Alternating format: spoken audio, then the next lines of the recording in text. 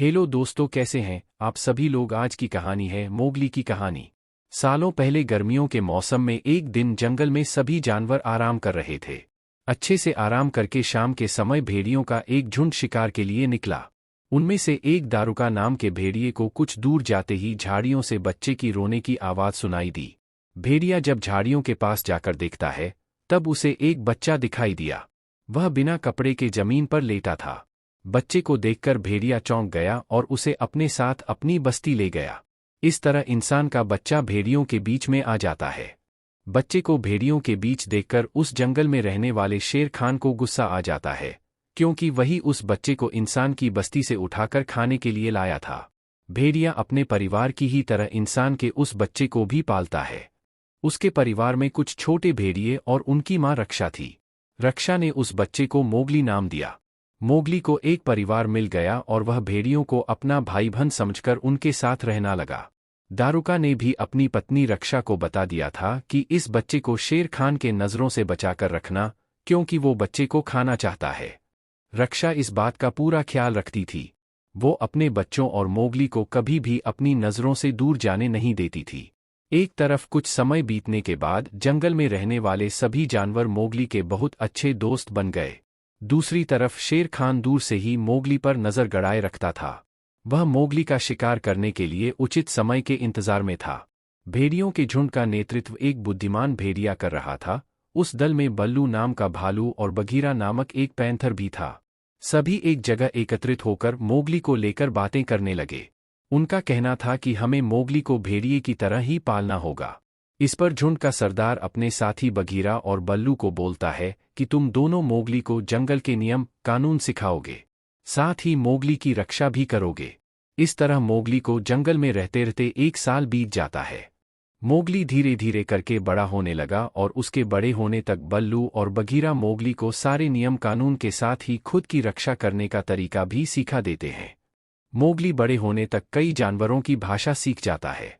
साथ ही वह आसानी से पेड़ों पर चढ़ना, नदी में तैरना व शिकार करना भी सीख गया। बघीरा ने मोगली को इंसानों द्वारा बिछाए फंदे और जाल से दूर रहने और जाल में फंसने के बाद उससे बाहर निकलने के तरीके सिखाए।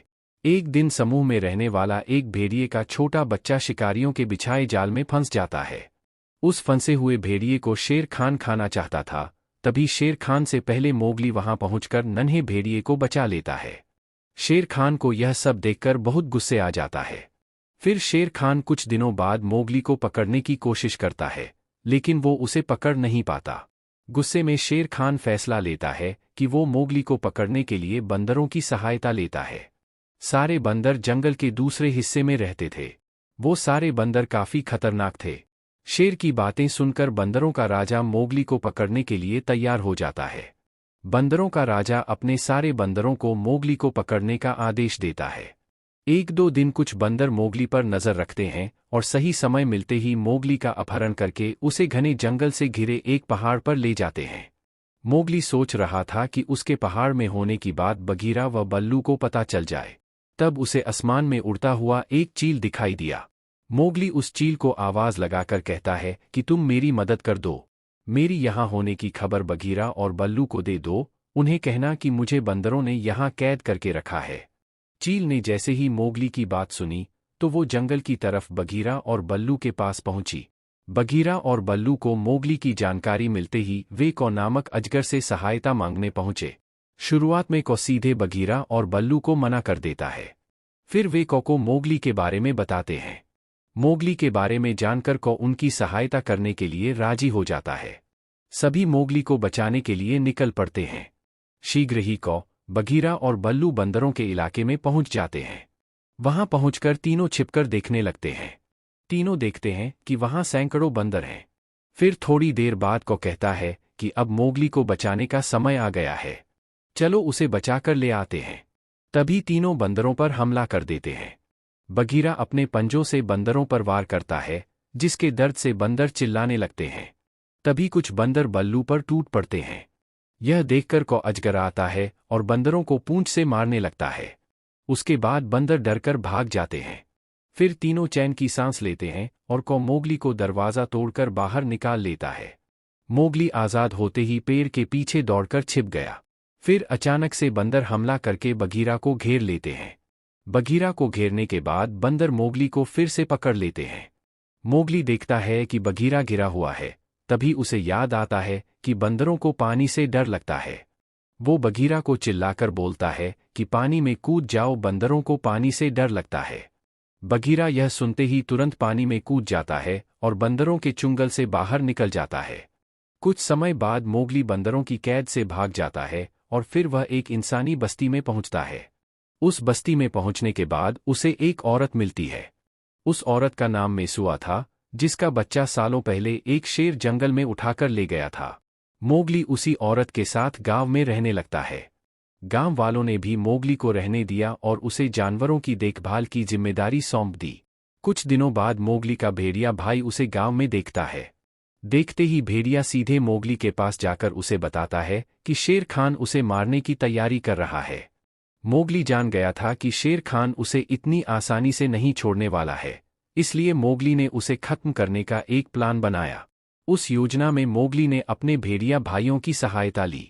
उसने भेड़िया से कहा कि शेर खान को एक घाटी पर ले आओ। शेर खान के घाटी पर पहुंचने के बाद मोगली ने दोनों तरफ से भैंसों का झुंड छोड़ दिया और खुद भी एक भैंसे पर बैठ गया। शेर खान भैंसों के झुंड के पैरों के नीचे आ जाता है। तभी शेर खान की मौत हो जाती है। फिर मोगली बेखौफ होकर गांव वालों के साथ रहने लगा। कुछ समय बीतने के बाद गांव के कुछ लोगों ने मोगली पर जादू करने का आरोप लगाया और उसे गांव से बाहर निकाल दिया। तब तक मोगली बड़ा हो गया था। वहां से निकलकर वो सीधे जंगल गया। वहां रहते हुए कुछ समय बीता ही था कि उसके भेड़िया भाइयों और बहनों की मृत्यु हो गई। वह अकेले उदास घूमने लगा। तभी उसकी मुलाकात दोबारा मेसुआ से होती है। मोगली अपनी सारी कहानी मेसुआ को बताता है। मेसुआ को यह यकीन हो जाता है कि उसके जिस बेटे को शेर उठाकर ले गया था, वो मोगली ही है। मेसुआ अपनी कहानी मोगली को बताती है और फिर दोनों साथ में रहने का फैसला करते हैं। इसके बाद मोगली इंसानों की बस्ती में खुशी खुशी रहने लगता है और समय मिलने पर जंगल जाकर अपने दोस्तों से मिल लेता है। कहानी से सीख: हौसला रखने पर हर मुश्किल दूर हो जाती है। साथ ही हर इंसान को पशु पक्षियों संग प्यार से पेश आना चाहिए। वक्त पड़ने पर वो दोस्त बनकर मदद कर सकते हैं।